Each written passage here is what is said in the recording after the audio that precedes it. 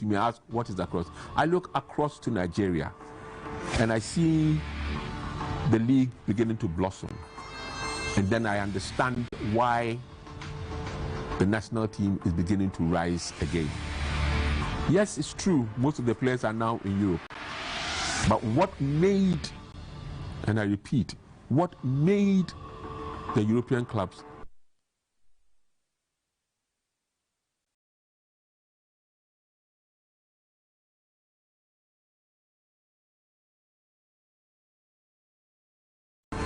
he's been in this country for so long.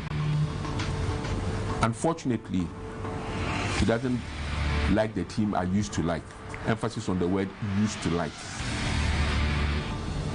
He is a board member of the oldest existing club in Ghana, Accra House of Work, Frank Nelson Nwokolo.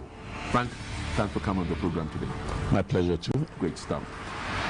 I've also got on the extreme left a man I've dealt with for almost 30 years. When I started journalism, he was already in football management. He's been around. He knows his way around. He's been on Black Star Management Committee. He's been with the FA. He's been with Galka. In fact, you may not believe this. When Galka was called OLCA, that's the Organization of Ghana League Club Association, he was there already. The likes of Alhaji MND Jawula, the likes of Nana Butler actually met him in the business of running football at the club level in this country. He's currently the chairperson, you see I shouldn't say chairman, so the chairperson of Galka, and also an executive director of Accra Gate Olympics. He was formerly the chief executive of then Obuasi Goldfields, now Ashanti Gold, Ash Gold, whatever name you want to call it. Kudifiano, thanks for coming to the program. It's always a pleasure to be here. Fantastic. So we've got these seasoned people, they will know what they're about. And later on, we'll go by Zoom and I'll introduce my guests when the time comes out. Please, we're going for a short break. When we come back, we'll start the discussion. Don't go anywhere.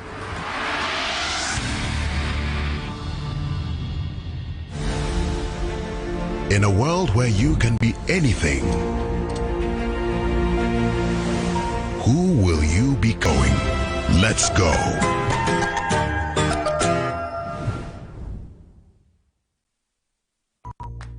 Malcolm Inflation Busters promotion. Oh yes. When prices go up, there is only one place to go where you can still continue to buy all your daily need items at the most affordable. Because no eagle flies above the stars. To push the game we love so much to reach the levels that we want to see our national team exhibit. So I'll probably start with Frank Nelson Nwokolo. Frank, you told me a story.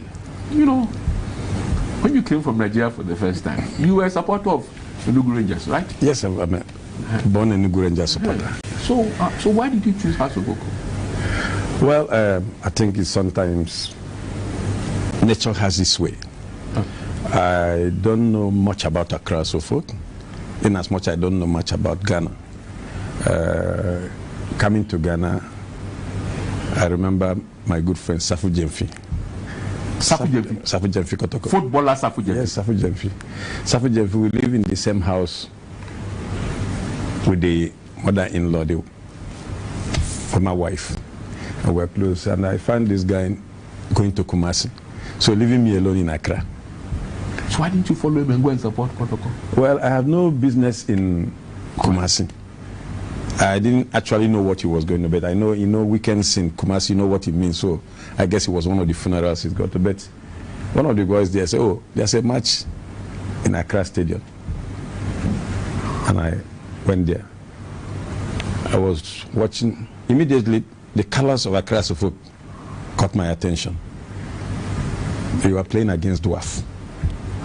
Even though Dwarf, there's some green element in it, showing that I'm in Nigeria. But then the rainbow color was something that was calling. and I couldn't resist it. And then And I started you changed from Enugu Rangers to House of Ball. supporting, Haba. because I'm in Ghana. So Enugu Rangers is not far away. I know it's far away. And are they still in existence?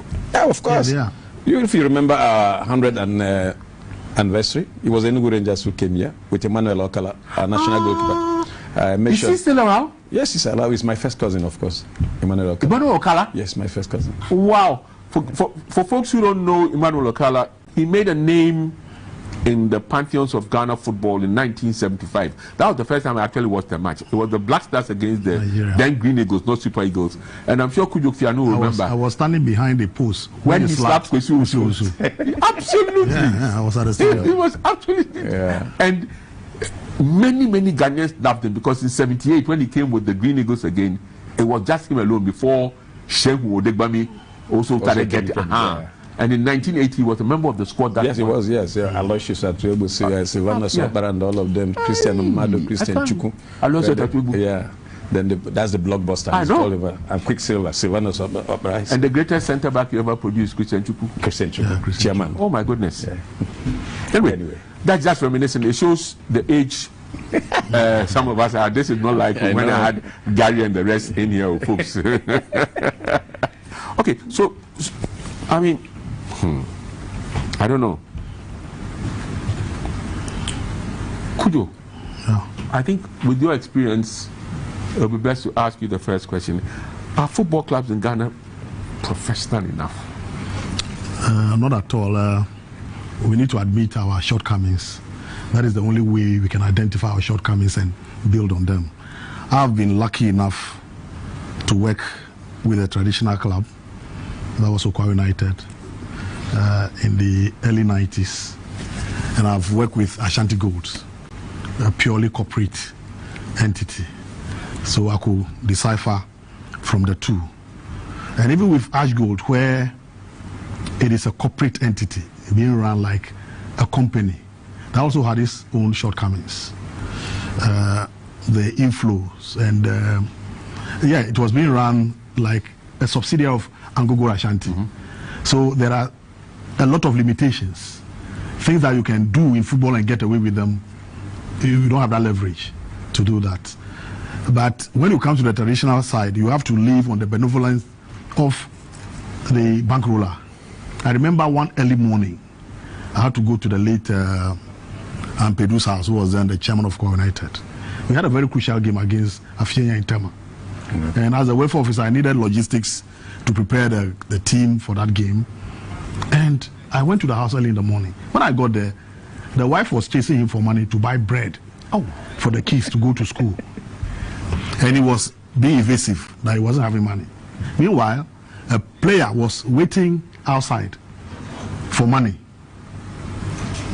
And this gentleman went into the bedroom behind the wife. He had only towel around the waist. He managed to hide money in that towel, came out, gave her the money to the player, and he left. Meanwhile, he wasn't ready to buy bread.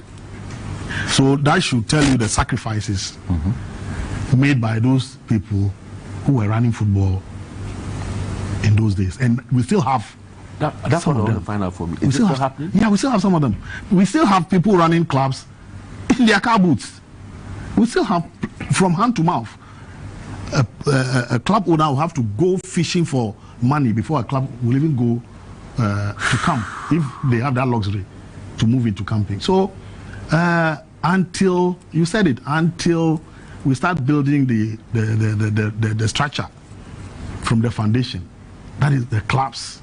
Because in the past, where football was just being played, not professionally though, we had government establishments. We have GEOC, we had GNTC, we had SNEET, we had Cocoa Board, we had Ghana Supply Commission, we had these state organizations offering employment to some of these our players. Joseph Tugufi was working with, the late Cecil was working with SIC. We had some working with SNEET, where you worked. Philip Tego and the rest. So at least they had some buffer whilst they were playing. The little that those philanthropists were offering, government was also indirectly helping. But what are those state organizations now? So the burden is on the shoulders of gentlemen like my friend sitting by my side. If they tell you the amount of investment they've made, I know a club owner who didn't allow the wife to see anything or his expenditure on the club is running. He said if the wife should see it, either the wife will poison him or seek for divorce, because the amount of money he is pumping. Unfortunately for us, the people who should sympathize or appreciate what these philanthropists are doing for Ghana football are not also helping matters. I want to refer to a meeting we went in the heat of the COVID, when we met with the Minister for Youth and Sports, trying to see how government could throw some lifeline to the clubs. And the gentleman said, but you when you sell players, you make money. And we had to tell him that, how many times do we even sell a player? Sometimes.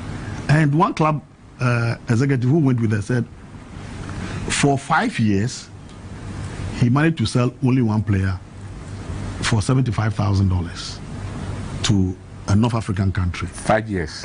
Yeah, and they paid only 30, and the balance of 45 never came. Okay. So the sacrifices, and we have a system where it is home takes all.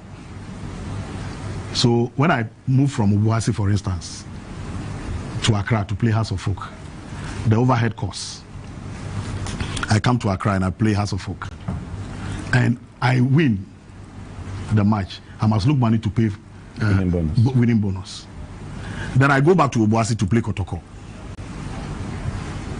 and I am to take the home as a home team. Yeah. I take the gate proceeds. Before the money is counted, the VAT guys are already there to take their share, without taking cognizance of the expenditure that the club makes. I met when I played away. Okay, so until, as you rightly said in your intro, we identify the local component of football as the foundation and invest in its building, we will always look at the Black Stars, and when they fail everybody, because we don't have anything to cheer about. How many clubs in Ghana now can play in the group stages of the Confederation Cup and the Champions League? So the Black Stars collapse, and it means that Ghana football is collapsing. So there is the need to throw the searchlight on the local game. Make sure that the philanthropists, they must feel a bit comfortable. I happened to be in court one day. May his soul rest in peace. I saw the great Yeboah in court, being hauled to court over a land issue. And I asked myself, if this gentleman had kept that investment he made to get Kotoko to win the African Club Championship, now the Champions League, that brought joy to the entire nation, I don't think he would have been in the situation he has found himself in. So, yes, let's do first thing first. I will always advocate that let's build a local component of the game first. Because you mentioned Cameroon. Why should we fly down players from Europe? They fly down in business class tickets and come to warm the bench. So I know of a period when a player is coming from Europe to play the right full back of the Black Stars, you have one Amankwa Miracle or Dankwe to compete with. When you want to play the left side of defense, you have one TV3, Godfrey Yeboah, to compete with. You come to attacking, you have General Kufuor to compete with. So you are flown down on merit, because there was no local player to play. I remember this player, Hans Edu Sapere, when he came down to Ghana first. he took an injury of Amankwa Miracle. He came on as a substitute before he became a regular player of the Black Stars. And I think that should be the scenario. People shouldn't come from wherever with a Black Star jersey in hand. Why should a player from Kotoko, not dwarfs, not 11 wonders, with due apologies, from Kotoko, travel to Ethiopia and come back to tell us that, oh, he's earning about 5 times what he was earning in Kotoko? That should tell us the level at which we have brought the local game, and something must be done, and done quickly. Because if these people like Frank Toby Afede and the rest, you decide to walk the Amaka Amatefius, the Nika Amatefius, what they are doing for Olympics, the Domahini, Alaji Grusa and the rest, you decide maybe to listen to their wives and decide to reroute what they are spending on football into something else. What will be the fate of Accra folk? What will be the fate of Adriana? What will be the fate of Kifila? So it is something that we need to address, and address forcefully. To make it, I tell you the truth, I knew it was that bad. I knew it was a bit depressing, but then you made it even worse now. So in effect, if you're trying to move this forward, and I'll get to Frank, but if you're trying to move this forward, how are we going to do it considering, one, war in Ukraine, Russia, money, petrol just going through the roof already? We are fast approaching 10 cedis per litre. Yeah. Because of the price of oil, which has gone up to 146. Yeah, I'm not cutting you short, but football is not dying in Europe. I know, but the effects of the oil. I'm saying that where the whole thing is coming from. They are playing. They are playing. They are playing, but they are complaining now. Yeah, they are complaining. But in our case, EPL has been without sponsorship, headline sponsorship for some time. I agree with you. Yes, but what is happening? That is why we are here. Television is paying so much so that they at least they have a cushion to fall on. Here you are. Even television is nothing to write home about. So until we re-engineer Ghana football and place it very well with, I will repeat myself, the local component being the focal point, then, because very soon the Starlets will have to struggle to get quality players. Yeah, sure. The satellites will have to struggle to get quality players for their under 20 competitions, and then the Meteors, because the center cannot hold. So there should be a national crusade. I'm saying that. Frank, I mean, then surely it might be relatively easier for you at Hartlepool. When I say you, because you have a bigger supporter base, and even though there's not money coming in from sponsorship in terms of what, at least the supporters attending matches should be able to, or is the picture different? Well, that's a very good question, and I think it's something we all need to know. Accra folk, compared to other clubs, like let's say even Ashgold, I'm just trying to link one of the 3-4 clubs above, our support base is great. But don't forget that as the support base is great, so the demand is great. But I guess the question you just put was, is our football being run in a professional way? What to do to leverage that situation and get away from that situation where the chairman had just enumerated? I think there are so many issues that has compounded our football. And the chairman has just tried to explain a situation when finances and the wrong foundation has been the impediments or the obstacle that we are facing in football. But again, in agreeing to what you're saying, I think there's other things that we need to look at equally. We as administrators, when we talk about professionalism, what does it mean to us? We have a professional league board, so we all playing professionally. But I think as administrators, we have equally an input to make, apart from other things, because at the end of the day, you are looking at outside world. I mean, getting to the sponsor, somebody to sponsor you, to help you alienate your situation from where you are. But I think as administrators, we equally need to change our characters, our attitude in terms of how we run football. He was talking about TV. I agree with him. But I just want to draw your mind back sometimes, maybe 2018 or 2017, when administrators of football in this country, when we signed Star Times, I remember sometime in the far back around Sunyani Bechem, a log was used to block the road so that a team, the other team, which happened to be Olympics, could not go and play their match. Who did that? Administrators. And we're talking about professionalism.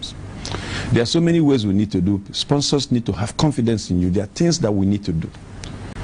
I mean, like the chairman said, let's face the fact. We're in this country, quote unquote, players' names are changed. You see a player playing in 2019, he's Frank Nelson.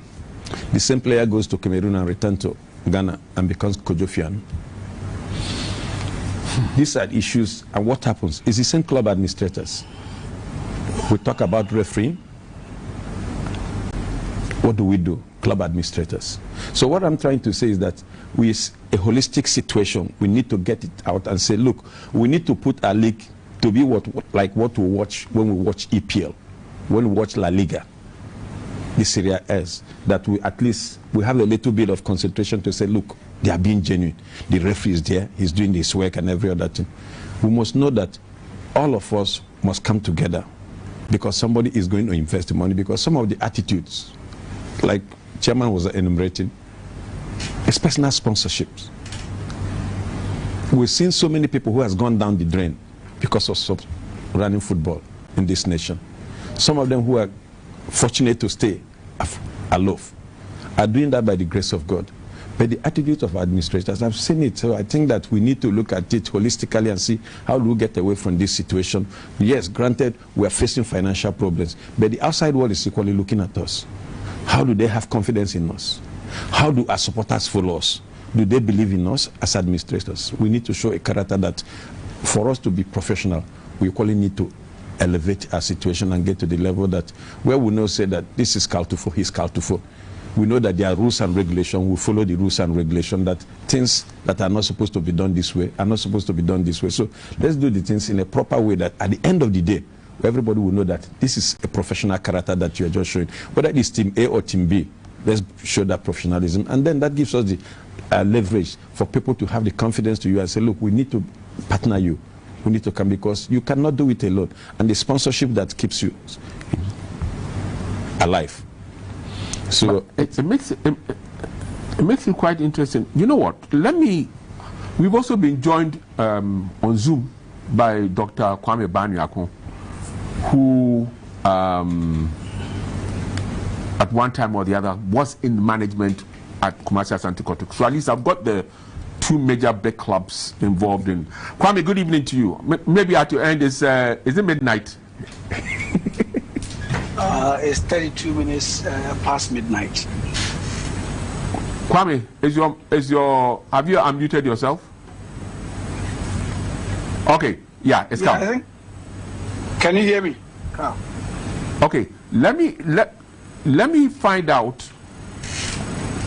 I asked Kujo and I asked Frank, are we practicing any form of professionalism by your estimation in terms of football at the club level? Okay, thank you very much, Carl, and good evening to your viewers. I think in terms of, we might have to define what a professional league is. In terms of where we came from, a professional player, if you go to the playing side, a professional player is someone who has a contract, a written contract, and so he gets paid for his services, as against an amateur player who gets compensated for his services. These are not wages and salaries, but he's given an allowance. to that extent, from the player side, you can say that we have professional players. But the question is whether the professional players are playing a professional league. That's another thing altogether. In terms of administration, I think it's somewhere in 1993, if Kojo will correct me, Honorable E.T. Mensah more or less cajoled the FA and more or less convinced them that we needed to move from the amateur league to a professional league. The question as to what a professional league, what was meant by a professional league, I think it wasn't answered at the beginning. It was just to change the name to a professional league without necessarily looking at the tenets of a professional league. And I think my brother from Hazebuk has been enumerating some of the things that have bedeviled the league over time. We, as an FA, for me, from the time we started this venture, I think we also still didn't recognize the fact that league football is still the basis of football anywhere in the world. It's club football. And so I've always had a challenge with the FA when the focus has always been the national teams, from the Black Stars to the junior national teams, to the extent that when Hazebuk or Kotoko, for instance, is playing in Africa, it's like it is you who wants to play in Africa. So it's your job. It's your assignment. Meanwhile, if you look at the CAF regulations, the organization of even the interclub competitions is done by the FA on behalf of CAF. But to what extent has the FA, for instance, been involved in clubs like Hazebuk, Kotoko, Adriana, Ashgood, trying to raise the flag of Ghana? And Carl, I'm saying all these because there are certain things I'm picking up from the FA, then I can come to the clubs and I can come to the stakeholders, which include the supporters, the ministry. So I'm just picking it one by one. So I'm looking at the FA itself. To what extent has the FA itself over the years recognized that we are playing a professional league? Certain things need to be put in place. And Carl, let me just give you an example. If you look at the English Premier League, at any point in time, even the media knows which players are suspended from the next game to be played. Only in Ghana, you find a situation where FA officials will tell you that publish, the list of players who have yellow cards or who have accumulated yellow cards is a secret information, and so it cannot be made public, because then that allows people to trade in that information, and then that's where our unqualified players issue came. I once asked an FA official, why is it that a yellow card is issued in public, but you are telling me that giving me the names of those who got the yellow cards is private? Because if I have, as a radio station, and I have people covering every match, I'll have this information. But you are the custodians of this information. Carl, I'm just saying this to highlight the challenges that the FA itself imposes in terms of the way it runs the league. That stops it from being professional. So every day there's clubs protesting against each other. So clubs are picking up points from the boardroom rather than on the football pitch. We had a situation where people were being deducted points for wearing unqualified jerseys. Yes.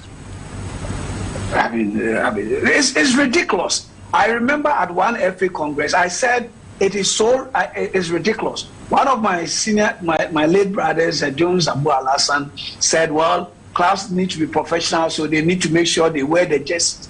And then I drew his attention to the fact that I watched a French League One game where the away team actually wore the reserve jersey of the home team, because on their flight from their base to the away game, the flight they couldn't deliver their jerseys to them. So then when they went to the venue, they didn't have their jersey. They wore the home team's reserve jersey and played the match, because ultimately we needed to play the game.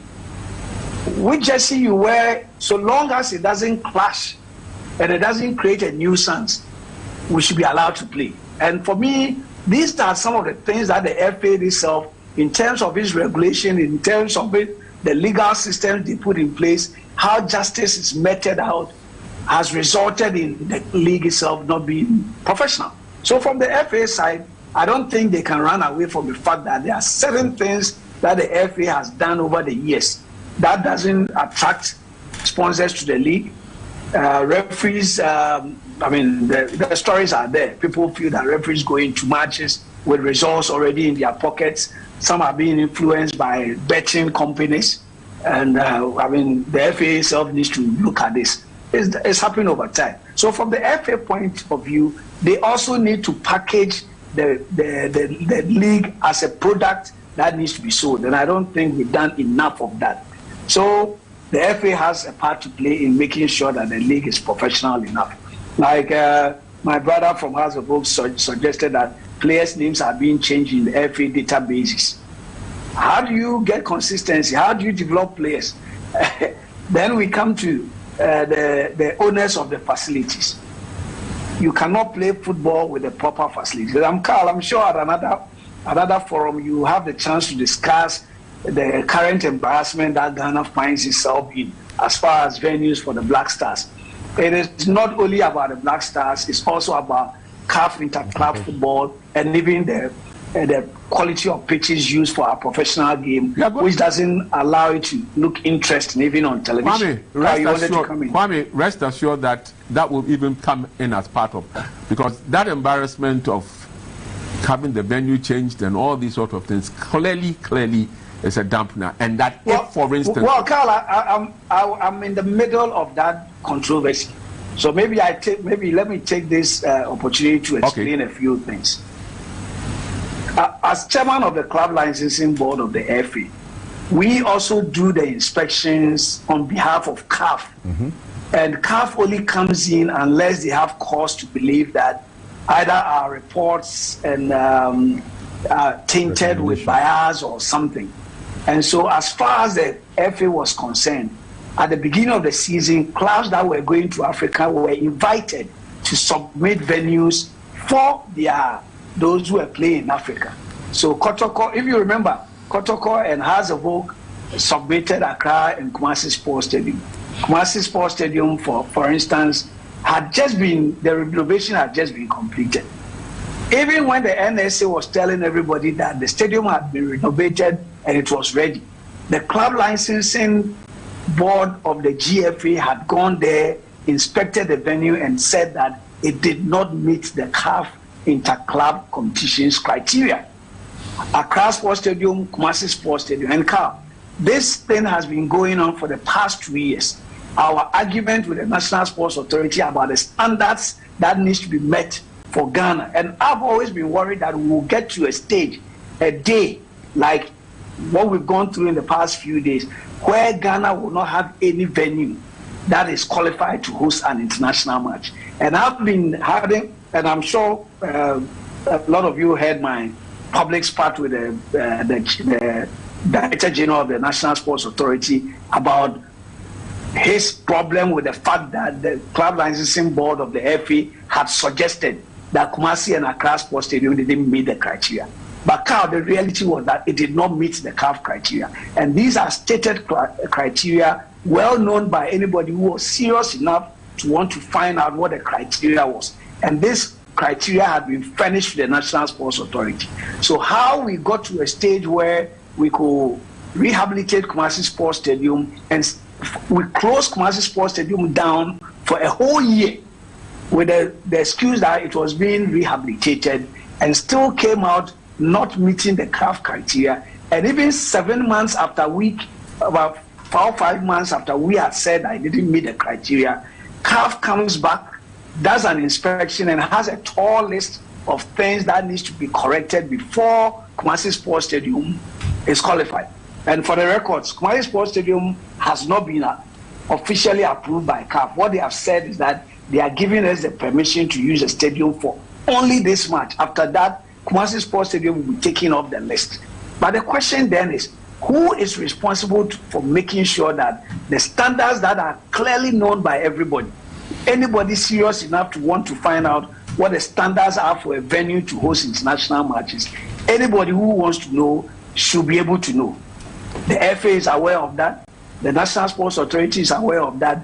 But the people who get blamed is the people who are trying to ensure that the standards are right. I'm sure every day people insult me on radio, the clubs do. Just this evening, I had a meeting of the club licensing board, and in the next few days, we'll come out with some sanctions for certain venues.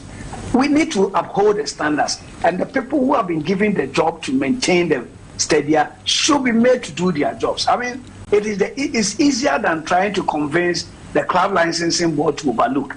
Because if even we overlook it, then a CAF will not overlook it. But because matches should be played at the venue.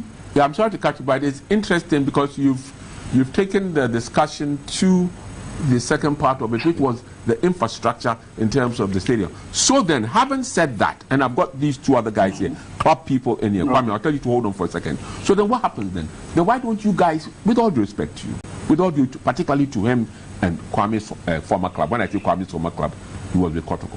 Biggest support bait and whatnot. Why up till this day, we don't have our own stadium?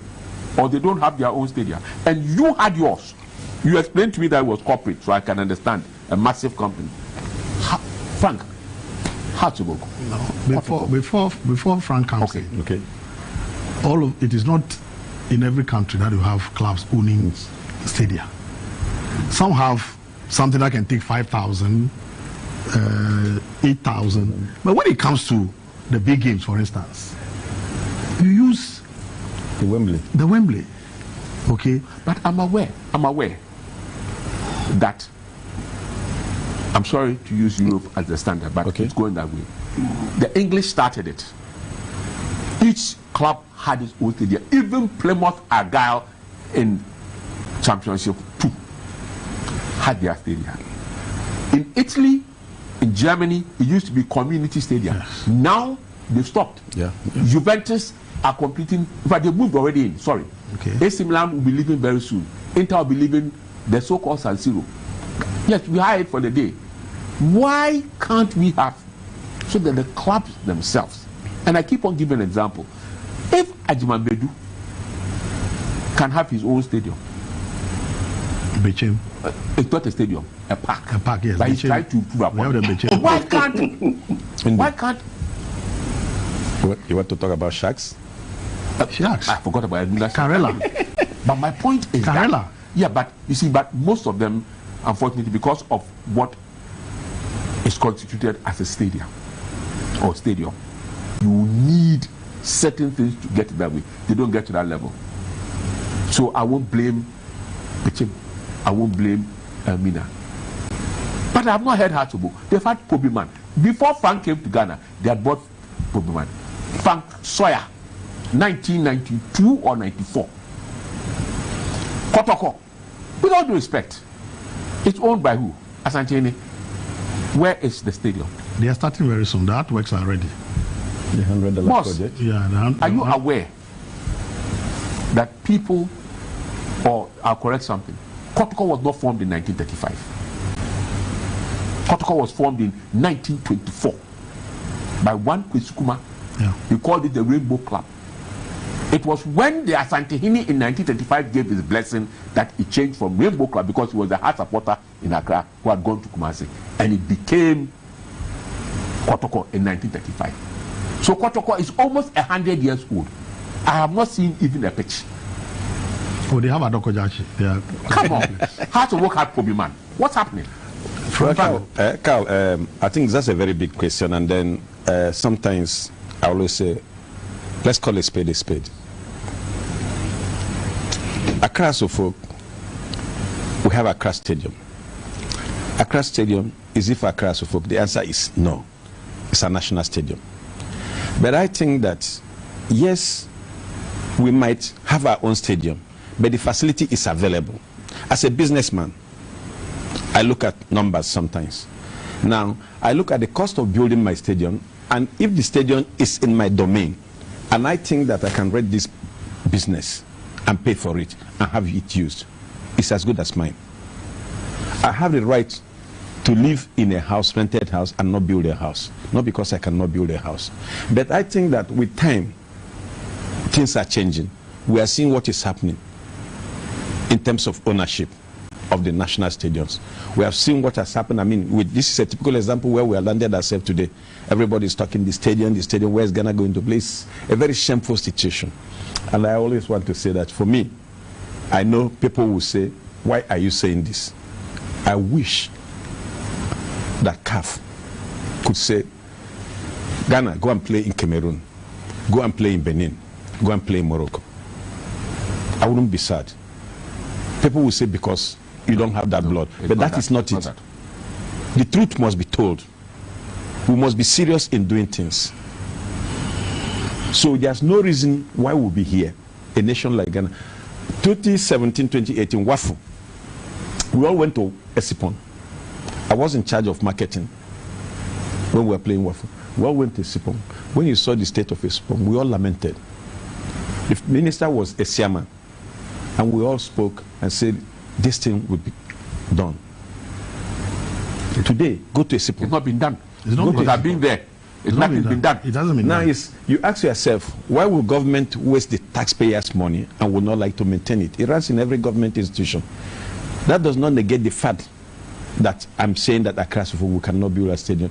We have been a club since 1911. Nothing stops us from the club. We have Pobima coming up today. We're having a Pobima as a sports complex. It's not a stadium for us. We need a stadium. And Accra, I believe that we have gotten to that level where we'll grant that place. Chairman was trying to give the argument that, yes, in some countries you are not supposed to do this because it's... And I've given argument that sometimes I look at rentals as cost benefit. And maybe guys give me another opportunity to say, as an economist, I look at it, I say, look, I look at numbers at all the time. So I might be renting and be making money instead of putting X amount of the bet. This situation we have found ourselves is now an explanatory situation that, no, you cannot rely on your landlord any longer. You need to grow and get your own facility. But Accra folk, I will not want to tell you that we are looking for a land to base it. Everybody knows we have Pobima. But what we are doing in Pobima is not a place we are going to say we're going to put 20,000 or 10,000 supporters to go and say we're playing this, a game in that. No. But I think time has come. We must call it the truth. We must start to move forward. Because we're all talking professionalism. Professionalism comes about your project. You must have a project that you can say, look, this is what makes me. Younger, smaller clubs are coming up now in Ghana. We just mentioned, Indum's facility. Yes, but what's the support base of Indum? Elmina Shat. Next to zero.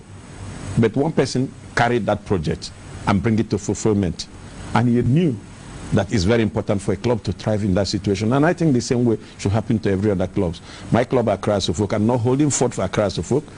I'm not holding fort for Kotoko because actually it's shameful that Kotoko does not have a stadium. Yeah. That Accra Suffolk has not got a stadium. Yes, it might not be that big stadium that we look at, but anything can just say, we can play a match here with 25,000 people, 20,000 people. That's enough. But it's not too late for us. It's not late, I know. But Kwame. Yeah, I think after working for Kotoko for several years, I probably need, I should be in a position to make a comment on this particular issue. Yes, Frank has made an attempt to discuss the economics part of it. I mean, the reality is that even companies, corporate organizations do rent stuff that they could have bought, because you do the return on investment analysis and you're asking yourself, I think we are here because, the only time Kotoko supporters complain about not having their own stadium is when the National Sports Authority, they have a conflict with the National Sports Authority. Yeah. Until Juventus, until about 6 years ago, Juventus was still at the Stadio del Lapi. Yeah. They had been there for several years, and it wasn't a problem. It is only when you are looking to expand your revenue sources. But the question still remains, Carl, to be frank, I've done the cost-benefit analysis and the investment analysis for, let's say, putting up a 30,000 stadium compared to leasing out the Kumasi Sports Stadium for Kumasi Asante Kotoko. What extra revenue you will get by doing that? If you look at the model of revenue distribution in a Ghanaian league, it would not make economic sense for you to leave a free, virtually free stadium and build yours. Because the extra income that will come to Kotoko from any match between their own stadium and that of the national stadium is only about 10%. 10%. It's because of 10% of the gross revenue. It is because of the model, the economic, revenue distribution model that the FA has adopted over the years. Ask Kojo Fiano, when he was at Ash Gold, the only difference is what goes to the venue owner. Ash Gold, what would that be? 10 to 15%. Yes. Is that not? Kojo, correct me. You're right. You're right. Yes, 10 to 15% of the money is what goes to the state. So the extra income is only about 10% of the gross revenue. Yeah. And if you're going to go to a bank, you're going to go to a bank or somebody to borrow the money to do the investment, he will do this analysis and tell you that you will not be able to pay back the money. Of course, that doesn't justify, of course, there could have been other sources of revenue. Let me also tell Carl, it's something that I wrote about, especially in my PhD thesis, where I did quite a lot of analysis around that. And you notice that Hearts and Kotoko, financially, people say that, if you are running Hearts and Kotoko, you make losses, it means that you are chopping the money.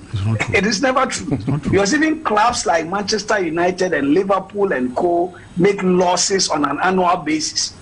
Go and check their accounts. Football is one of the only businesses where financiers put their money into something that continuously makes losses, and they still continue. What Alhaji Gruza and those guys are doing in Ghana is no different from what other people are doing, even in the UK. The Roman Abramoviches are supposed to bring money from other businesses on an annual basis to shore up Chelsea Football Club. It's the model of football, and it's a peculiar problem with football. If you check the history of the Spanish La Liga, somewhere in the late 80s, the Spanish government had to write off the debt of both Barcelona and Real Madrid for them to survive as going entities. So it is not like these problems are peculiar to Ghana clubs. Here you don't have people with as deep the pocket as the Abramoviches and others are to be able. The FSG for Liverpool, the owners of Liverpool, FSG, they sometimes have to bring money from their baseball holdings, the Red Sox, to be able to expand the stadium at Anfield. There's a current stadium expansion going on at Anfield. It is not Liverpool Football Club itself generating the money to build the expansion. It is FSG bringing money from other businesses to do that. Carl, that is not a justification for us not doing that. But the truth of the matter is that for Hearts and Kotoko, and I wrote a whole chapter about that, the effect of continuously playing in the CAF inter-club competitions. Carl, maybe we need to have a whole conversation around that. Whether that competition, as it used to be, and the price, the money incentives was good enough for those clubs to make it a worthwhile venture. I did my analysis and showed that, and this should be about 2014, as recently as 2014, to break even in the CAF Confederations Cup, you needed to finish second. Otherwise, you go home with a debt. To break even in the CAF Champions League, you need to finish fourth in the group stage.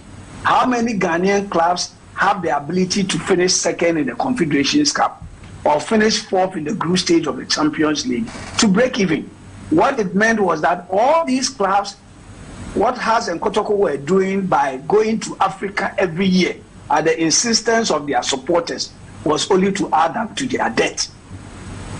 The CAF inter-club competitions, economic-wise, didn't make economic sense for any Ghanaian club. And I think I've shared this information with Kojo and anybody who cared to listen, that if it was purely on a financial grounds, then playing the CAF inter-club competitions doesn't make sense. Because the probability of winning the cup is minimal for a Ghanaian club because of other things that we can discuss. And the probability of finishing second in the Confederations Cup minimal because only 2 Ghanaian clubs have ever played. That's Hasekoto played in the first CAF Confederations Cup final. Since then, which Ghanaian club has done? It's a loss-making venture that continue to pile up the debt of these clubs, and every year the supporters will convince management, rather than the management explaining to supporters that if we really need to build our own infrastructure, we need to cut out these losses. If Nana Yao can build Adakujachi, he should. It is because he probably is not piling up debt in another area. So the small money that he's making from the gates and the supporters' virtual challenge, he's channeling some of that into the Adakujachi project, or the directors are providing support. So if you don't have directors with deep pockets, Carl, building your own stadium is not child's play. It requires a lot of money, millions of dollars, and Ghanaian clubs can only go and borrow to do that venture because no in-individual Ghanaian financier, apart from the ones that are being called stadia. Yes, Kwame, I accept that. I'll get Kujo Fiano to come in. I accept that, but there is a verse that came to me in the Bible. It is with wisdom a house is built. Everybody knows that even building a house, you can't build it overnight. On the average in this country, I don't know about Nigeria, but I suspect it's the same. Unless you are in the upper echelons of what you will take about 12 years to build your house. On the average. And this research has been done. So if it's 12 years to build a house, nobody is expecting, let's say, Kotoko, Hearts, Olympics to build their own today. Facility. But the process should start. And that's where people are coming from. Having said that, before I get Kujo Fiano to come in, because Goldfields were an example unto others for a while, until only God knows. The Twitter handles are readily available. I didn't mention at the beginning. I don't know why I forgot. Sorry about that. 055 556 1056 for WhatsApp. 055 556 1056 for WhatsApp. For Twitter, it's not Twitter. So Twitter, it's at the @ my MY GTV Sports, all one word. So the @ MY GTV SPORTS. That's the Twitter handle. And then the Facebook wall, capital G, capital T, capital V, capital S, PORTS. GTV Sports Plus. The plus is not PLUS, it's the plus sign. I beg you. And that's you can send your comments in there. Kujo Fiano, Goldfields. Yeah. They were an example for so many years. Granted that they were at a huge cost. Because to get to a point, you have money, and you ask yourself, do you use the money to maintain the stadium, or you invest the money in the playing staff? The supporters are expecting results. So, you have a sponsorship of $100,000, and then your stadium needs about 80,000 to bring it up to CAF standards. So, do you use the 80,000 to fix the stadium when you know that the 20,000 cannot take care of the stadium? The players. So, the players. So, you have to play a chess game. If you leave the stadium, the facility will run aground. If you use it on if you don't take care of the players too, you have a beautiful stadium, you will not be getting the results. Maintenance cost of our training pitches and Lenclay was taking about 70% of our revenue. So you ask yourself, why do you even build a stadium? Why don't you keep Hosey Park and play there? About 4 seasons ago, when I heard clubs shouting they wanted to go to Africa, I remember very well. I said, they are just going to throw good money away because we don't have the materials to even make it to the group stage. I've played in Africa, and anytime I attended board meetings, this is why you ask, how much are you getting in return? And then you tell them that if I reach the finals, before I'll make about in less than $1 million. Meanwhile, from group stage down to the finals, you'll be making more than that money, or you break even. So if you don't make it to even the group stage, and you spend a minimum of $40,000, that is if you are playing along the West Coast, your return ticket and things like that, and you don't make it to the group stage, money gone away. So I said no Ghanaian club should even venture into Africa, so that the government will ask, why are you not going to Africa? Because at the end of the day, when House of Folk and Kotoko played in the finals, 2004. Yes. 2004. They didn't play House anthem. They didn't play Kotoko anthem. It was the national anthem of Ghana that was played. The stadium announcer will announce Accra of Folk of Ghana, Kumasi Asante Kotoko of Ghana. So, as Kwame said, football administration or football financing is a bottomless pit. You will just be putting in the money, and if you are lucky and you sell one player for 150,000. That is why we are in a rush.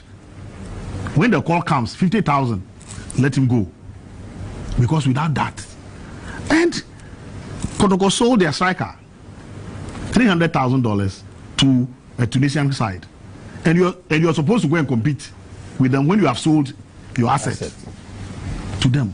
So, but then they'll argue that it's the same across the world. I mean, but as for that all one, the top stars will go to Chelsea, Manchester United. But as for that one, I want to blame our big guys, because previously, the government was taking care of clubs that were going to Africa, and then I think the time of the late Mensah and the late Tommy Thompson. Same Kofi Mensah, I know 81, yes, 79. They played a game, and you know what? Because government was supporting, they were taking the chunk of the gate proceeds. And a match was played in Accra. The Kumasi Stadium was filled to capacity. They looked at the money. So government is coming to take so much from this money. Why don't you go for self-sponsorship? And that was the beginning of that struggle. And we haven't recovered from it. So it is the egg and the chicken type. Which one? It's interesting that you are saying that, because you also brought up something in terms of when you talked about the stadium, maintenance, improve the stadium or the players. Yes. So then in that case, who is supposed to have or supposed to develop the players then? Is it the clubs or is it the FA? Because as far as I'm concerned, with the clubs, that's your priority. Yes, you see, that is why FIFA. There's one angle I want to tackle. That is why FIFA, when you qualify for the World Cup, and your players play the World Cup, the clubs are compensated. The clubs are compensated. Unfortunately, when Ghana goes to the World Cup, the clubs that are compensated are not Hartlepool or Kotoko or Olympics, because you don't use those. No, some foreign-based players. No, some local players, some local clubs. Yeah, but I'm saying that. Apart from the so the question is that is outside. So the question is that having produced players for the starlets, for the satellites, the meteors, who carry the Ghana flag, what do we get in return? You go to the stadium, they are saying that even if you don't buy paint to mark the field will not be marked for you to play a game. And I'm saying that before you finish, the user fee and things are, you play a game and at the end of the day, you go and take 50 Ghana cedis. I played an FA Cup in Yeboah against Mighty Jets. My gross was 87 Ghana cedis. Pause. Did you say gross? Gross. Not net. No, gross. Gross. 87 Ghana. 87 Ghana cedis. Not 100 Ghana cedis. 87 Ghana cedis.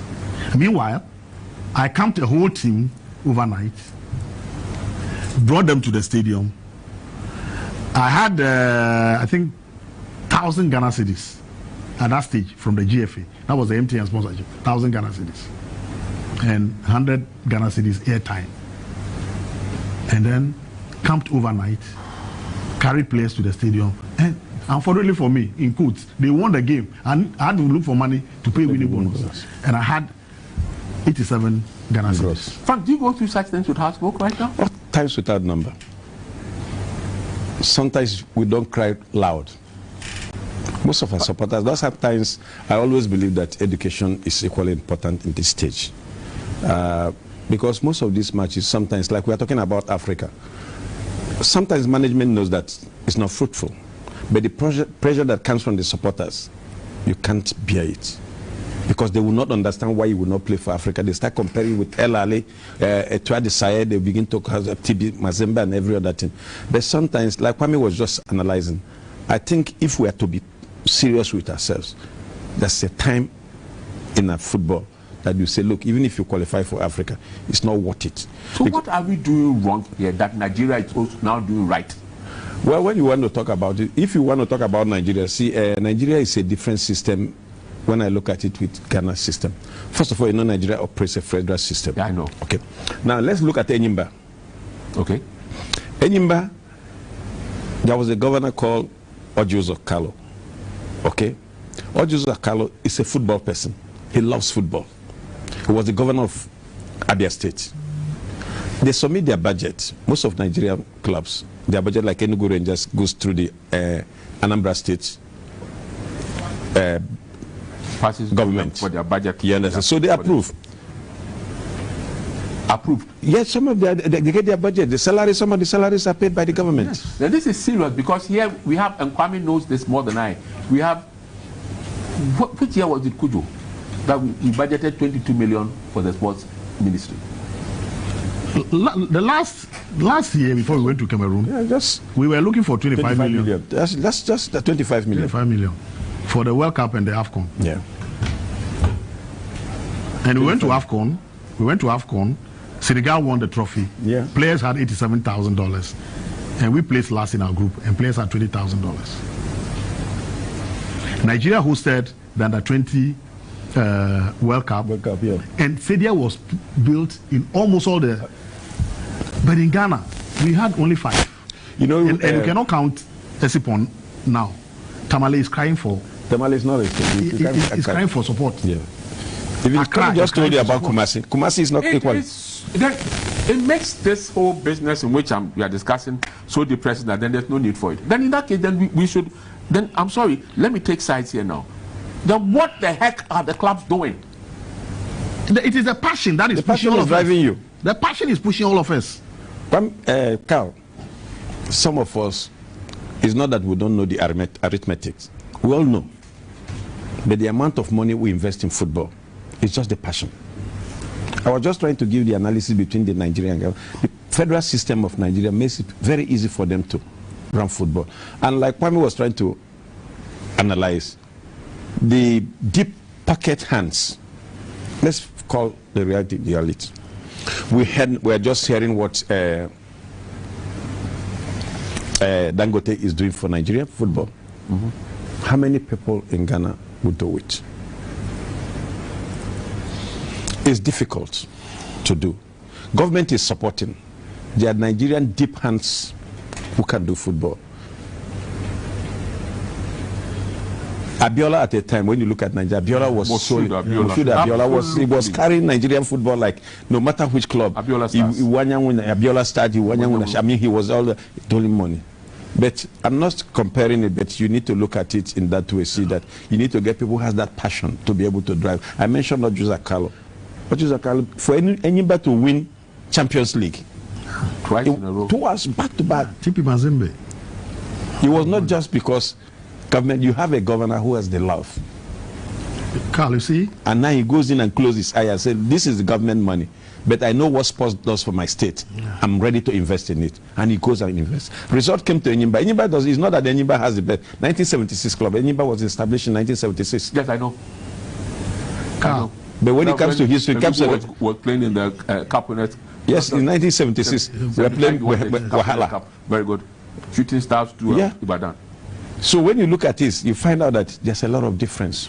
Oh, so the passion is one, and that is what makes some of us close their eye, even deny your family the bread. Like Chairman was trying to say that he met somebody who denied his family bread but was ready to give money to a player to go. I want to buttress what Kwame said, because he did a study I was going on to our ask league. him something. Yeah, and he did a special study on Ash Gold.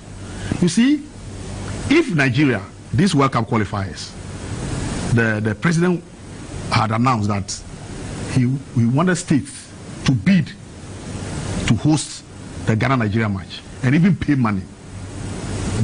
Some of the governors in the federal states will compete for it. They will compete for it. They will compete for it. They will compete for it. It will be a competition. But we have a stadium in Kumasi. We have one in Accra. We have one in Tamale. And Esipon. Do you think that our regional ministers, they have the capacity, as we are running around looking for a venue, to say, look, I'm ready to host the Ghana-Niger match in the second day or whatever? So that is the difference. Let me mention the handles again. 055-556-1056 WhatsApp, and then for Twitter at my GTV Sports, and then GTV Sports Plus for the Facebook wall. Kwame, listen, you did your doctoral thesis in sports administration and football in particular. Charlie, tell me what you found out, because it's becoming very desperate on my side now, because suddenly I thought we should be able to get back to the good old days where the clubs being the focus of development of players, and therefore development of players that would eventually end up in the national team. But the clubs, I'm sitting here, Frank is having problems, Kujo is having problems. I suppose Asante Kotoko, when you're there, we're also having problems. And all of them will continue having problems. Sometimes, Carl, the basic reality, the summary of what Frank and Kujo were saying in terms of deep pockets and all those things is the size of your economy. So how many big corporate companies can put, let's say, 2 million in Ghana? How many corporate organizations have an advertising budget of, let's say, $5 million? If they don't have an advertising budget of, let's say, $5 million, it means they cannot sponsor your league. So straight away, it tells you that the ability to even sponsor the local league by a Ghanaian company is probably not there. That's the first thing. One of the things I found out in that study. Most Ghanaian clubs are technically bankrupt or financially bankrupt. If you use the IFRS methodologies in assessing any company, most of them are bankrupt. They are not going concerns, but they still continue because, like Kujo would say, individuals will come in deep pockets. And so when the Ashanti Gold decided to leave the club, they will struggle. You also find out that the revenue sources are not diverse enough. There's not enough revenue coming from the gates. There's competition between your matches and that of Europe. So English Premiership, the Spanish La Liga. It's cheaper to watch a very good produced English Premiership match than to watch a local Premier League game. Because if he has to go to the stadium, he has to, transportation, and then he goes and watch matches played on a very poor quality pitches. So I think somewhere along the line, our administrators still felt that because I was born into a Kotoko family, on the Sunday, if Kotoko is playing, I have to automatically go to the stadium to go and watch. It doesn't happen. The new generation of young boys coming up, they have alternatives. That's computer games, they have matches on television, and so to be able to convince them to watch your games, you need to do a lot more than we used to do. Carl, when the only television station in Ghana used to be GTV, the only means of seeing how Kotoko played well was Yeboah's, what do we call it, Monday evening sports highlights. It meant that people did not have much of an alternative. That was way before there was something called DSTV. And so supporters, people who love football, had to go to the stadium to know what is going on, to see a football match. GTV was the only one, and if GTV doesn't show the match live, it can only be highlights during Kwabena Yeboah's show. We all lived through that generation. That generation is long gone. The alternatives for the average, the Ghanaian family in terms of entertainment has expanded. And so the competition for the available let's say cedis, sorry, the available cedis for a Ghanaian family to spend on entertainment. They have options. So football clubs, imagine Kumasi Asante Kotoko. Over the weekend, I saw the amount of effort that the administrators put in trying to convince supporters to come in with family and friends to come and watch their game, which they won by 5-0. But you see, you still saw empty venues. It's all because the dynamics of football supporting has changed. So revenue sources, as far as football matches are concerned, are going to be limited. So the clubs will have to be more creative. And for this, I think Kumasi Asante Kotoko is doing a wonderful job. This virtual seat challenge, all of us do pay. Once in a while, we pay to watch the match virtually. Not that we even get to see the match. We are assuming that we bought a seat at the Kumasi Sports Stadium to watch Kotoko, which means that money goes to the club directly without necessarily being taxed either by government or being taxed by the FA. So that's an innovative way of raising money. But the question is whether it's sustainable, because somewhere along the line, the supporters will get fatigued and they will start asking whether I get anything in return, especially if the results start going not the way the managers are looking for, then that becomes a challenge. So they need to look at more sustainable ways, which will probably include a proper membership drive. I hear they are on course to do that. Some of us even registered some months back the pilot scheme. If it comes on board, that will be a proper revenue stream. Because, Carl, if Kotoko can guarantee that every month, at least the management has about 200,000 Ghana cedis that is coming from the support base through their monthly contributions, then they can start thinking about some of the things that you talk about, professionalism, which is being able to pay the players well for them to want to stay around for a long. They do the cost-benefit analysis of going to Indonesia. You get 5,000, but you spend 4,000 paying your bills and everything, and you are left with 1,000, and you are out of the comfort zone of your country. So the players will start making those analyses and want to stay.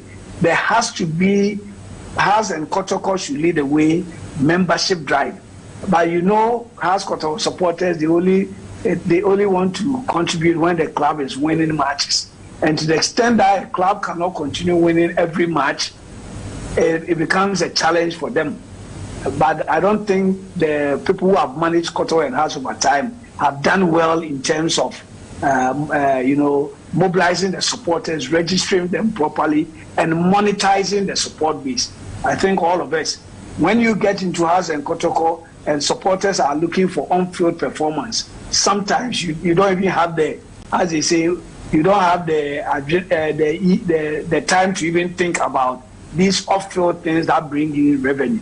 And I think Nanaya and his team are doing quite well by getting the supporters to believe that if they contribute, it will be converted into results. So the chicken and egg situation, Carl, which one comes first? Do you get the results, on-field results, before asking supporters to contribute, or they need to contribute for you to get? I think the managers of the game now will have to work hard on it.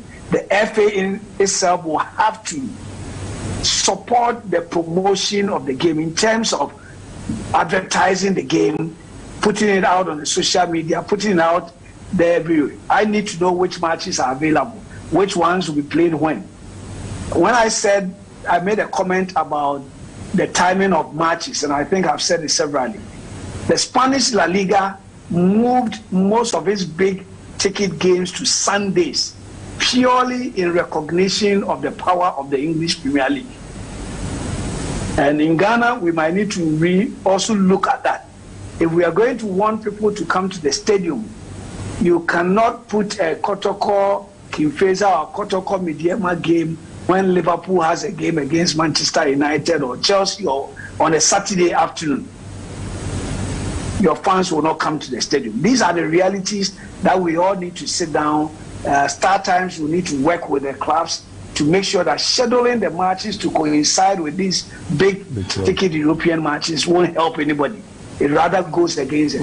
I think the atmosphere in the Kotoko Gold Stars game was very interesting, probably because it was played at night. We might need to think about that. That then brings us to the infrastructure. I remember when we were were licensing Kumasi Sports Stadium, Kumasi Asante told us they had no plans of playing their matches under floodlights.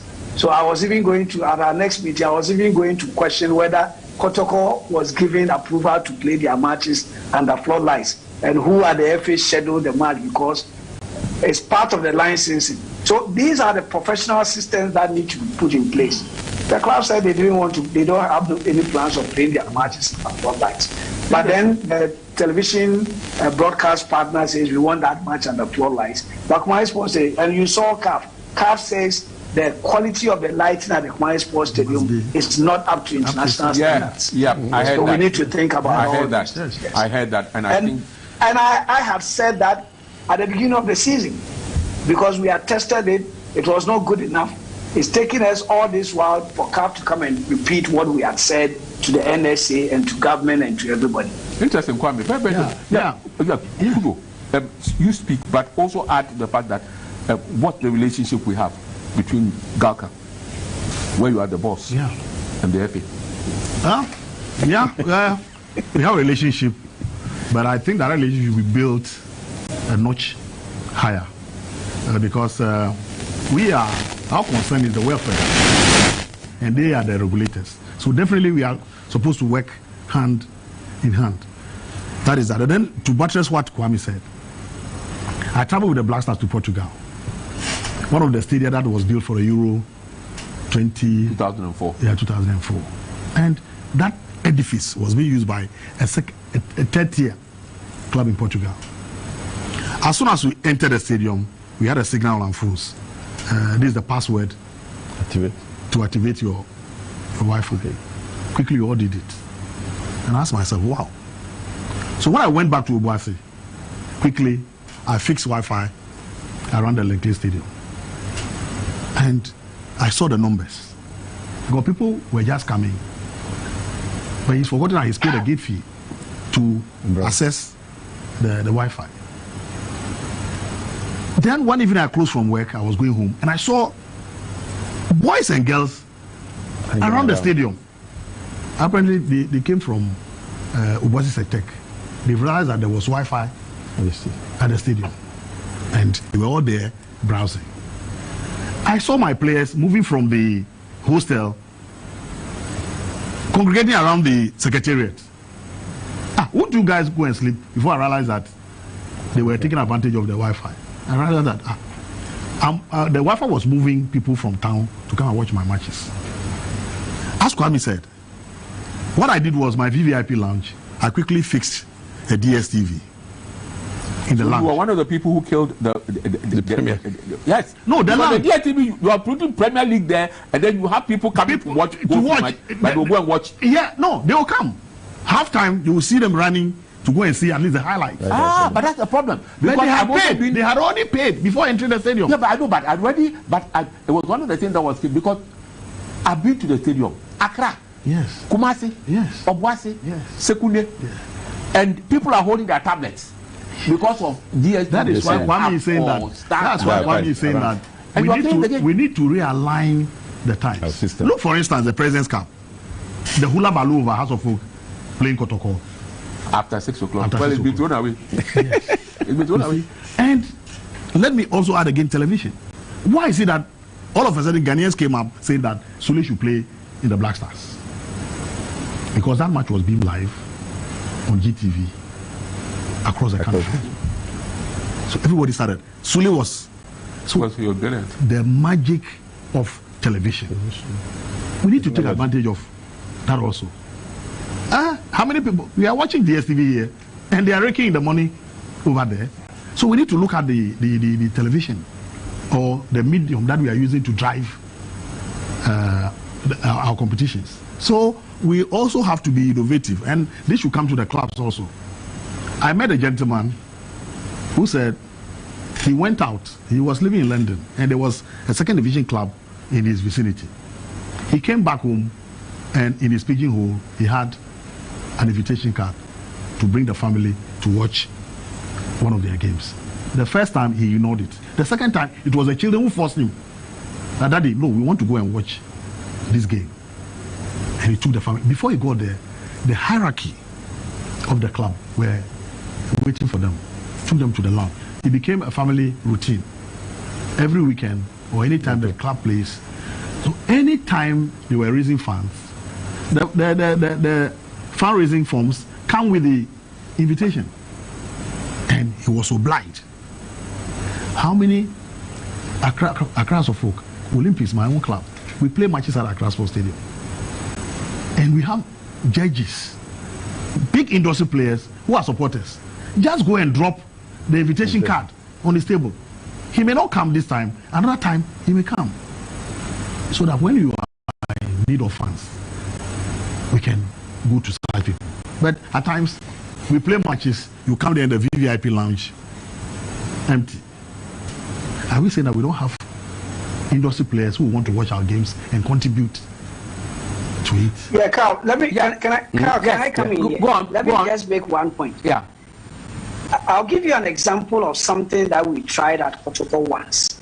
We noticed that when the supporter numbers started dropping, I did a few inquiries, and the supporters actually said that when they finished a game at the Kumasi Sports Stadium, getting transportation back to their homes had become a problem. So what did we decide to do? We contacted Metro Mass.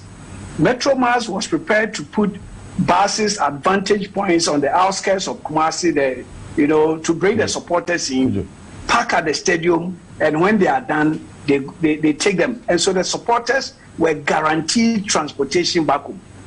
Carl, why did we stop? We were supposed to pay a deposit of a certain amount, because when Metro Mass asks their workers to come to work on Sunday, they have to give them some overtime, whatever. So we agreed a certain minimum amount, and the supporters were paying for the buses. It wasn't that the buses were free. The supporters were prepared to pay the bus, but he knows this bus goes to Bushen. He took us from Bushen. After the match, there's a bus to Bushen. So, Carl, we increased supporter numbers by almost 40% just because we were providing the buses. But then why did we stop? It became that, you see, the deposit that Kotoko was paying, Kotoko was taking money from his own pocket to pay that deposit. However, the revenue from the increased attendance was being shared by everybody. Yes. So our argument with the FA was, why can't the cost of getting the buses available be borne by all the stakeholders in the game? Because by doing so, we are bringing a lot more numbers and we are getting more revenue for all of us to share. The FA at that time said, well, it's Kotoko who wants to do that to promote this match. So they are not going to allow us to deduct that basic amount from the total. So we also stopped, because it was becoming a burden on only Kotoko. Okay. Whilst the revenue from that thing was being shared. So these are ways that I keep going back to the relationship between the FA and the clubs.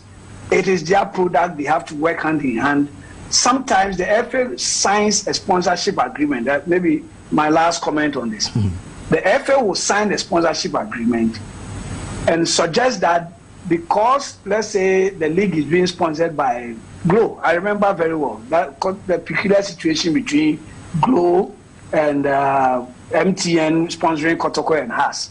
The FA goes and says that once Glo is the one sponsoring the league, we signed their exclusive right, so no telecom company can advertise at the stadium. Advertise, of course, we understand if it talks about billboards, but advertise on the jerseys. They even wanted to stop us from wearing jerseys that had MTN. That's impossible. In front of it. And I'm saying, where does that happen? I mean, where in the world does a club sponsor be stopped? A club is stopped from advertising a sponsor just because the sponsor is a rival to the league sponsor. And I was using the example of those times. Barclays was sponsoring the Premier League. It was the Barclays Premier League. But Liverpool is sponsored by Standard Chartered. Yeah. They advertised Standard Chartered in the stadium. The FA was selling something they didn't own. That's the frontage of the jersey. Once you bar the club from advertising MTN, basically you sold the frontage of the jersey that doesn't belong to you. And these were some of the key challenges that has inhibited the ability of the clubs to get these sponsors. Where is MTN on the Haas and Kotoko jersey now? Because because they didn't feel that they were getting the returns that they were looking for. Kwame. Tigo did it once at Kotoko, and we need to rethink some of these models. Kwame is interesting, but we'll go for a break. But before I do that, I will say something that you told me when Kwame was sitting in his office at GMPC, and Kwame is in charge of more or less corporate affairs. Only one club. I repeat, and that does not include Hearts of Oak. I know. Only one club, Frank, not Kotoko, not Hearts, but Karela approached them, and that's why they have it on their jersey. Folks, we'll go for a break. We'll be right back. Don't go anywhere.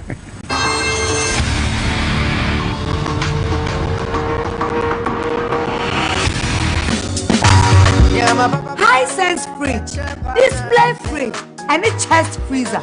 And your energy efficient. Dresser and trip power bank. Everybody can test. One to high-sense fridge and what can that? The only version will be a bottle by tin.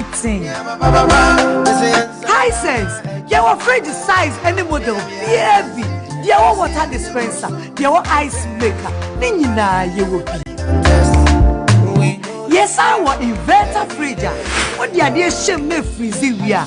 None do a save you power. Can give up high sense. What him that Madam High Sense.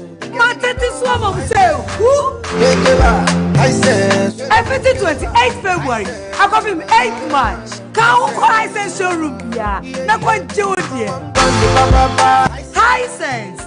Everyday prices for everyday people.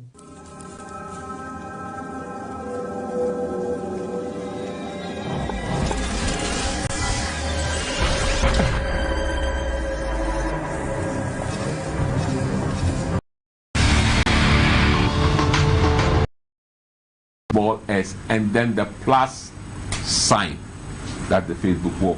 And my guests, very, very unique people who have been in club management or are still in club management and know what pertains in this country. Frank Nelson Nuokolo,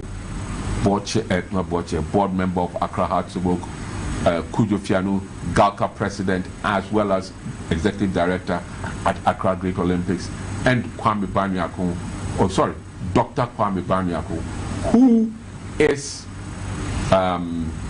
being a member of the Asante Kotoko management team, as well as being the president of the licensing, the chairman of the licensing board, the GFA licensing board, which takes into consideration looking at the various stadia and whether allowing them. I can imagine the pressure he was under. He's a bad boy of the league. He's a bad boy. That don't play here. And then bang, he's in trouble. Then you have all manner. I'll mention the old time time council.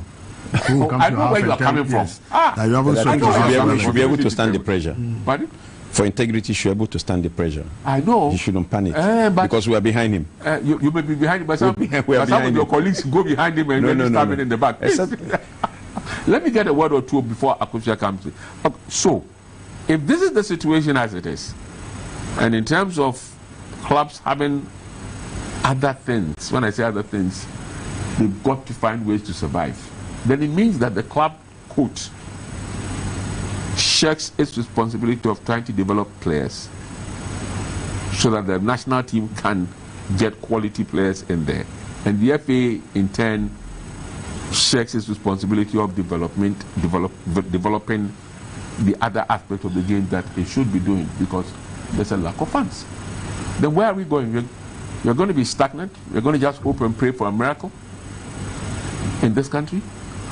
Carl, there is one serious or a very important aspect of football that we've not even looked at in this our conversation.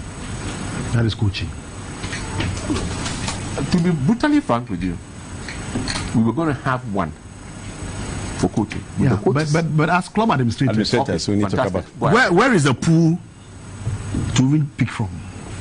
When the Blasters had that challenge with coaching, we were running in circles.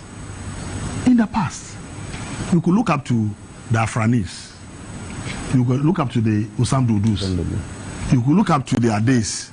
And how did they come about? There was a program that produced these coaches.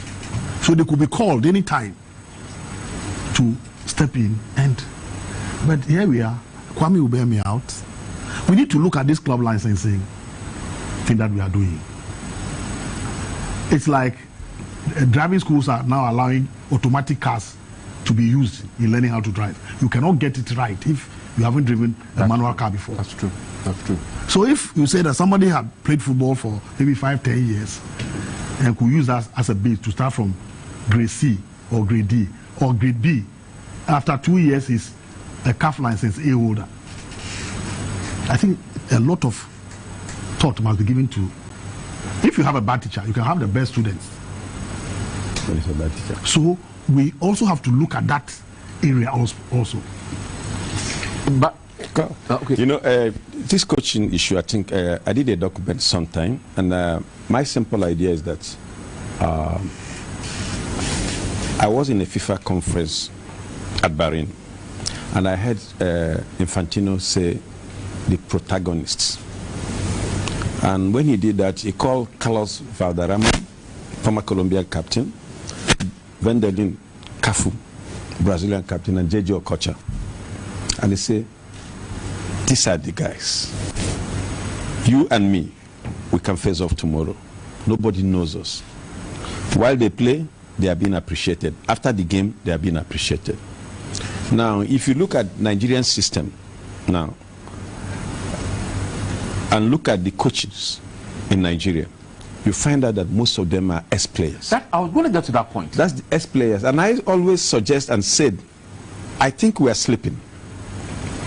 People like Augustine Ahimfo, Osei Kufo, Sika Akuno. I've seen a system that we always talk about Ben Kofi, this situation, Sika, Jemfidem. How do they come? Now, at a time, we have somebody in this country who sits in FIFA Council, who can use his contacts and everything and say, CK, please go to Scotland. This year, I want to get footballers or our ex-footballers to get into training. And I don't think it's anything difficult for anybody to assume that, yes, our former president, Nyan Techin, has all it takes to say, because where he was sitting at the FIFA Council, I mean, I don't think there's anybody in this country who has sat in that country, and that is a big plus. And all those opportunities were open, that we can say, okay, let's get 40 ex-players, share them into 20 countries, and rotate for 2 years, and come back. You go to Brazil, you go to Scotland, you go to Netherlands, you go to Germany, you go to Yugoslavia.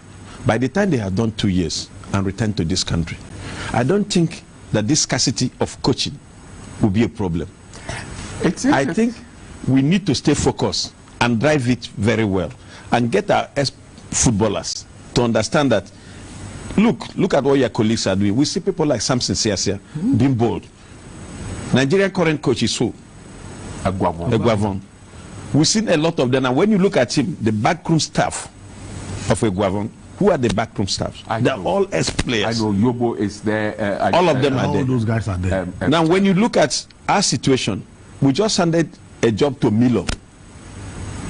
For me, wrong decision. And I say it at all time. I wouldn't have done that. Maybe there was a good reason for doing that, but I wouldn't have done that, because I think that Milo came at a time that, well, he could have been lucky to have Michael Essien, having Steven Appiah, John Mensah, to have all these crowd of players, Olele, and all this. I'm not saying he's not a good coach, but he did what he can do at that particular time. But we needed not to make that mistake that we did. And that has cost us today. Today, we are trying to fix that. Government comes in, we want this. The FA comes in and we want this. The focus lost. At the end of the day, we have settled where we have settled. But I think that we need to have a game plan. There must be a vision on how to get our coaches. Does the vision come from the clubs or the GFA? Well, I think from the club and both of them. That's why we have Galka. Yes. That's why we have Galka. That's why I asked about the relationship. Yeah. So the relationship, I've seen the relationship. I want to tell Chairman that I've noticed that relationship sometimes, if the Galka chairman and the FA president are not in good terms, quote unquote, nothing works. He knows what I'm talking about. That's true. I've noticed it in this country. But it should be football is football. We can argue on different issues, but then football is football. That's the passion of the nation. A lot of people are listening to us. A lot of people want to see us perform. So that's our personal differences should not affect our job. Wow. So that's what I think. So the GALCA should, as a welfare body, the GALCA has a lot of job to do. It's just like a mediating. It's the one thing I keep on saying that I don't understand. No disrespect, I beg of you, please. No disrespect to the coaches, past and present, being successful as well. But I've always believed and thought that ex-footballers should become coaches. But I tend to see that we are still taking other people. I'm not saying there's anything wrong with it, but if I look at Europe, look at but then the ex-footballers must also position make themselves the sacrifice very well. Yeah. And show their commitment. You cannot sit at home. Yeah. And I look at your face and say, oh, these guys. Look at the EPL today. Look at the Steven Gerrards. Yes. Look at the Lampards. Yes. They must also look at Patrick Vieira. They must make themselves. Kolo Toure, Ivorian. Where is Kolo Toure?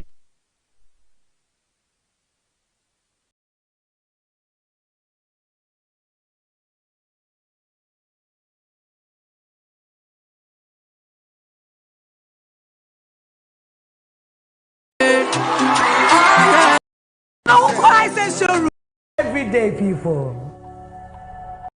Us will start trending on Twitter because of saving our passion. And so it's true, we're up there in the trends. But which social media platform are you on? I'm on WhatsApp, I'm on Twitter, Twitter. And then I've also got my Facebook wall working. Oh, okay. But I barely use the Facebook. Exactly. These days. I barely use I realize. Mr. Kujofi, are you on any of the platforms? I'm old school. Yeah, because people are mentioning you, but they are not like tagging. So I'm like, what's happening? 68 years. Are you 68? Yeah, I'm 68. Me. Mr. Frank Nelson, shame me. Are you on any social media platform? He's on WhatsApp. I'm on Facebook I'm on too. WhatsApp. And he's on Facebook. You're on Facebook. Yeah. How often do you post? Oh, I do. You do? Do. Oh, that's fine. Okay. So, at least, yes, they are on social media, so they'll get some of the things that we're about to say. So, we started the show, and it looks as if some fans of Mr. Frank Nelson, they are in there, probably as some very Accra Hatufuk fans, and so they're very excited about it, even referring to GTV Sports Plus as GTV Sports Plus of Heart of Oak. I know maybe it's because of the partnership we have, and Roland Coleman is also saying that Mr. Frank Nelson is his manager, and he comes again to say that you are his manager. And some comments coming through from some of our fans, including Sir Galaxy Amankweti, and he says, bad pitches is not making the league attractive. The FA club licensing board must put their heads in shame. And we have James Dana saying, 30 million people, we can't even get a world standard stadium for our mother Ghana. James comes through again to say our leaders are too greedy, and Kofi Safo says Asante Kotoko is currently running without any funds from the board of directors. For your information, I don't know who he was given that information to. And Cosmos Dauda was watching with us. Maybe it's because Mr. Frank Nelson is there. He wants to listen to what you have to be saying. But when Dr. Kwame Banyako mentioned the fact that we closed down the Baba Yara Stadium for almost a year, we posted that, and Sadiq responded to it saying, almost 2 years, if you say this, you are in problem. That's what he had to post there. But something that is trending, a lot of people putting about it, it's unfortunate, but quite funny for social media users, is what Mr. Kujofiano talked about the whole getting 87 cedis after paying taxes and that unfortunately you don't win and say unfortunately, but he says after the one, unfortunately, you had to look for money to pay the fans as well. A lot of guys reacting to that. But there's some WhatsApp messages coming through, and this one says, "Hi, my name is David. My greetings to the three experts on the show. I don't think some heads of our football association understand the how, so why, and when to act in terms of the game on board. When us at now getting a field to play our qualifier is a problem. Oh my days." This coming through from David. And Menta is also asking, why is Ghana using white jersey instead of our national colors, red, yellow, green? This is, according to him, something we can do to save our passion. Michael Wrighton from Kande State says, this is a great package of administrators to show us the way. Keep it up, GTV Sports Plus.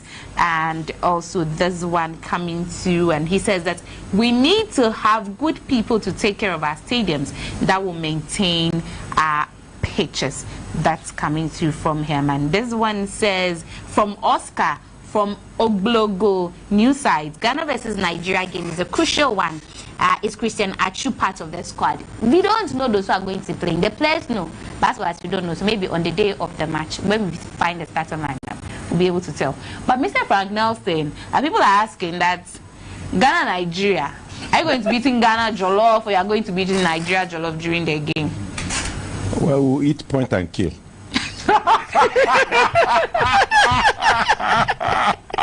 So for those of you asking out there what Mr. Frank Nelson will be doing, he said he will eat point and kill. He doesn't want trouble.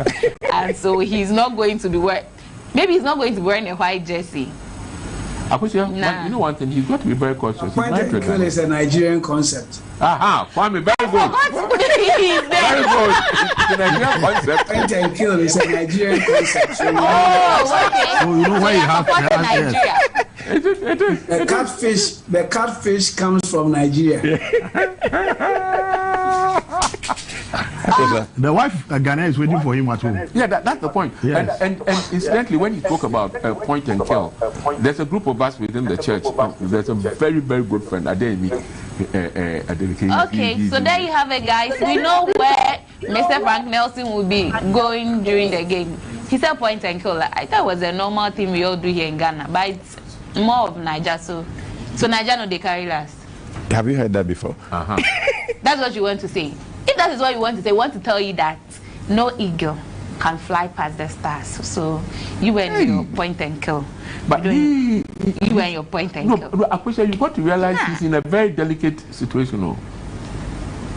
If he says anything, then the wife gets upset. Nawa? But this message is coming through from Richmond. He says he's reaching us from Dansoman. This question is to Mr. Kudrofiano. He says that what does he think will help Ghana save our passion? Hey, this one is an exam question. Yeah. No, if we do things right, and then through our energies behind the passion, not lip service. Not the lip service.